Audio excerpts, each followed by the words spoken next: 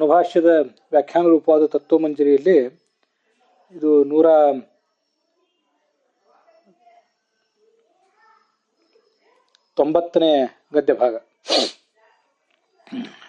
ನನು ಆಕಾಶಾದಿಷು ಹರೇಃ ಸ್ಥಿತಿರೇವ ಕುತಃ ಇತ್ಯತೋಪಿ ಶಬ್ದೈರಿತಿ. ಭಗವಂತ ಆಕಾಶಾದಿಗಳಲ್ಲಿ ಇದ್ದಾನೆ ಅಂತ ನಿಮ್ಗೆ ಹೇಗೆ ತಿಳಿದು ಬಂದಿತ್ತು? ಆಕಾಶದಲ್ಲೂ ಇದ್ದಾನೆ, ವಾಯುವಿನಲ್ಲೂ ಇದ್ದಾನೆ, ಎಲ್ಲ ಕಡೆ ಇದ್ದಾನೆ ಅಂತ ಹೇಳಿದ್ರಿ. ಅಲ್ಲಿ ಇದ್ದಾನೆ ಅಂತ ಹೇಗೆ ತಿಳಿದು ಬರ್ತದೆ ಅಂತಂದ್ರೆ ಅದಕ್ಕೂ ಕೂಡ ಶಬ್ದೈಹಿ ಅಂತಾನೆ ಉತ್ತರ. ಶಬ್ದೈಹಿ ಅಂದ್ರೆ ಶಬ್ದ ಪ್ರಮಾಣಗಳ ಮೂಲಕ ನಾವು ಈ ತರ ಭಗವಂತನ ಅಸ್ತಿತ್ವವನ್ನು ಎಲ್ಲ ಕಡೆ ಒಪ್ಪಿದ್ದೀವಿ ಅಂತ ತಾತ್ಪರ್ಯ. ಯಾವುದು ಶಬ್ದ ಅಂದ್ರೆ ಈ ಆಕಾಶೇ ತಿಷ್ಠನ್, ಯೋ ವಾಯು ತಿಷ್ಠನ್ ಇತ್ಯಾದಿ ಬೃಹದಾರಣ್ಯಕ ಉಪನಿಷತ್ತು ಏನಿದೆ ಅದರ ಮೂಲಕ ನಮಗೆ ಇದು ತಿಳಿದು ಬಂದಿದೆ.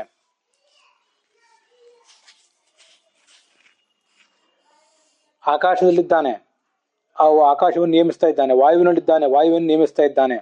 ಹೀಗೆ ಇತ್ಯಾದಿ ಉಕ್ತ ಅಂತರ್ಯಾಮಿ ಬ್ರಾಹ್ಮಣೋಕ್ತೈ ಉಕ್ತೈ ಶಬ್ದೈ. ಬೃಹದಾರಣ್ಯಕ ಉಪನಿಷತ್ತಿನ ಅಂತರ್ಯಾಮಿ ಬ್ರಾಹ್ಮಣದಲ್ಲಿ ಶಬ್ದೈ ಅಂದ್ರೆ ಬೃಹದಾರಣ್ಯಕ ಉಪನಿಷತ್ತಿನ ಅಂತರ್ಯಾಮಿ ಬ್ರಾಹ್ಮಣದಲ್ಲಿ ಬಂದಿರುವ ಪ್ರಮಾಣ ವಾಕ್ಯಗಳ ಮೂಲಕ ಅಂತ ಅರ್ಥ. ನಾನು ಯಹ ಆಕಾಶೇ ತಿಷ್ಠನ್ ಇತ್ಯಾದಾವಪಿ ಹರಿರಿಹಿ ಹರಿಹಿ ಇತಿ ಕುತಃ ಇತ್ಯತೋಪಿ.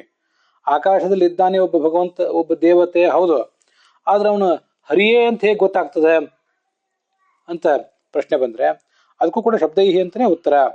ಯಾಕೆಂದ್ರೆ ಎಂ ಆಕಾಶ ನವೇದ ಎಂ ವಾಯು ನವೇದ ಇತ್ಯಾದಿ ರೂಪೈ ಆಕಾಶಾದಿ ಅವಿದಿತತ್ವ ಅಮೃತತ್ವ ಆದಿ ಅಮೃತ ಅಂತರ್ಯಾಮಿ ನಯೋಕ್ತ ಧರ್ಮಬೋಧಕೈ ಶಬ್ದೈ ಅಂತ ಅರ್ಥ. ಅಲ್ಲಿರುವಂತ ಆಕಾಶಾದಿಗಳಲ್ಲಿರುವ ದೇವತೆ ಅವನು ಹರಿಯೇ ಹೊರತು ಬೇರೆ ಯಾರೂ ಅಲ್ಲ. ಯಾಕೆಂದ್ರೆ ಆಕಾಶವು ತನ್ನೊಳಗಿರುವ ಆ ದೇವತೆಯನ್ನು ತಿಳಿದಿಲ್ಲ ಅಂತ ಅಲ್ಲಿ ವರ್ಣನೆ ಮಾಡಿದ್ದಾರೆ. ಆಕಾಶ, ವಾಯು, ಪೃಥ್ವಿ ಹೀಗಾಗಿ ಒಂದು 22-23 ದೇವತೆಗಳನ್ನ ಅಲ್ಲಿ ಏನ್ ಹೇಳಿದಾರಲ್ಲ, ಅವರು ಆ ತಮ್ಮ ಒಳಗಿರುವ ಆ ತತ್ವವನ್ನು ತಿಳಿದಿಲ್ಲ ಅಂತ ಹೇಳ್ಬೇಕಾದ್ರೆ ಇವೆಲ್ಲ ತತ್ವಗಳಿಗಿಂತಲೂ ಕೂಡ ಆತ ದೊಡ್ಡವನಿದ್ದಾನೆ ಅಂತಾನೆ ಅರ್ಥ ಆಗ್ತದೆ.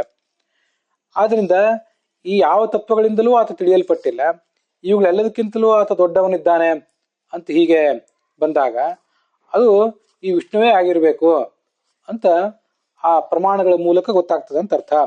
ಆಕಾಶಾದಿ ಅವಿದಿತತ್ವ, ಆಕಾಶಾದಿಗಳಿಂದ ತಿಳಿಯಲ್ಪಡದಿರುವಿಕೆ.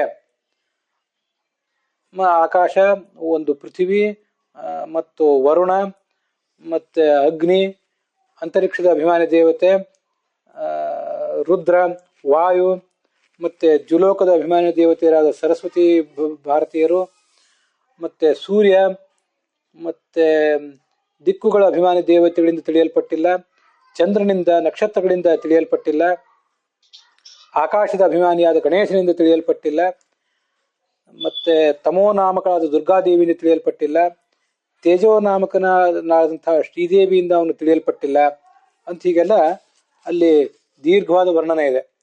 ಮತ್ತೆ ಪ್ರಾಣ, ಮತ್ತೆ ವಾಕು, ಶ್ರೋತ್ರ, ಮನಸ್ಸು ಮತ್ತು ತ್ವಕ್, ಹೀಗೆ ಈ ಕೆಲವುಗಳ ವರ್ಣನೆಯು ಕೂಡ ಅಲ್ಲಿದೆ. ಇವು ಯಾವುಗಳಿಂದಲೂ ಆತ ತಿಳಿಯಲ್ಪಟ್ಟಿಲ್ಲ ಅಂದ್ರೆ ಅಂಥ ಸರ್ವೋತ್ತಮನಾದ ದೇವತೆ ಅಂದ್ರೆ ಭಗವಂತನೇ ಆಗಿರ್ಬೇಕು ಅಂತ ಹೀಗಾದ್ರ ತಾತ್ಪರ್ಯ ಆಗ್ತದೆ.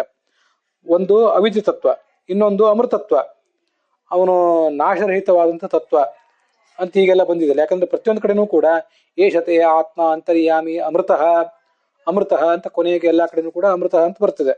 ಅಮೃತತ್ವ ಅನ್ನೋದು. ಇನ್ನೊಂದು ಅಂತರ್ಯಾಮಿ, ಒಳಗಿರಬೇಕು, ಅಂತಸ್ಥಿತ್ವ ರಮಯತೆ ಮತ್ತು ನಾಶರಹಿತ, ಈ ಎಲ್ಲ ಗುಣಗಳು ಉಳ್ಳವನಾಗಿರ್ಬೇಕಾದ್ರೆ ಅವನು ಭಗವಂತನೇ ಆಗಿರ್ಬೇಕು ಅಂತ, ಹರಿಯೇ ಆಗಿರ್ಬೇಕು ಅಂತ ಅದರ ತಾತ್ಪರ್ಯ ಆಗ್ತದೆ. ಈ ಶಬ್ದಗಳಿಂದ ಅದು ಗೊತ್ತಾಗ್ತದೆ. ಮತ್ತು ಯಹ ಆಕಾಶೇ ತಿಷ್ಠನ್ ಇತ್ಯಾದ ಉಕ್ತ ಹರಿದೇವ ಇತ್ಯರ್ಥ. ಆಕಾಶದಲ್ಲಿ ಇರುವ ಅಲ್ಲಿ ವಿಷ್ಠನ್ ಅಂತಿದೆ, ಅದನ್ನ ತಿದ್ಕೊಳ್ಬೇಕು, ತಿಷ್ಠನ್ ಅಂತ ಮಾಡ್ಕೋಬೇಕು. ಯಮ ಆಕಾಶೋ ನ ವೇದ ಇತ್ಯಾದಿ ಶಬ್ದೈರಪಿ ಕುತೋ ಹರಿರಿಹಿ ಹತಿಹಿ ಇತ್ಯತಃ. ಆಕಾಶವು ಈತನನ್ನು ತಿಳಿದಿಲ್ಲ ಅಂತ ಅನ್ನೋದಕ್ಕೆ ಮತ್ತೇನಾದ್ರೂ ಪ್ರಮಾಣ ಇದೆಯಾ?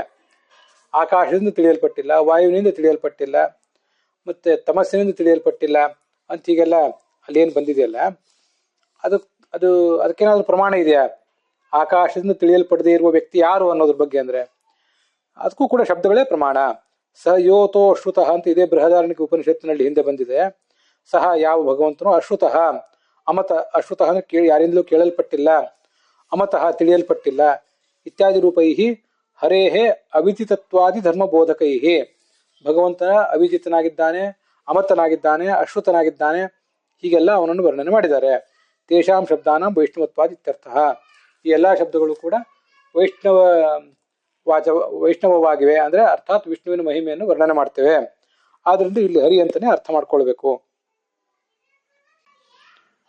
ಅಲ್ಲಿಗೆ ಈ ಭಾಗ ಸಮಾಪ್ತ ಆಗಿದೆ.